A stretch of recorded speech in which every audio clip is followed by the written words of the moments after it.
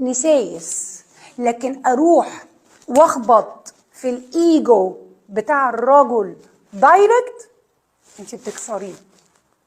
whether هو راجل متدين، whether هو مش متدين، whether هو شخصيته قوية، whether هو ضعيف، في الاخر اسمه ايه؟ راجل. فناخد بالنا. وعلى فكرة خدوها دي بقى قاعدة في حياتكم كلها، اي حاجة عايزاها من جوزي بالسياسة، باللين، باللف والدوران. ليه؟ لان الراجل ما يحبش الست تخبط فيه الند بالند خالص. دايما الراجل شايف انه الست ايه؟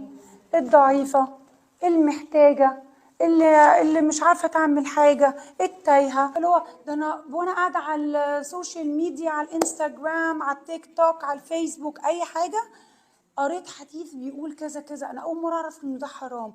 هو انت عارف انه ده حرام؟ مثلا انا عارف. ايه ده؟ لا انا ما اعرفش.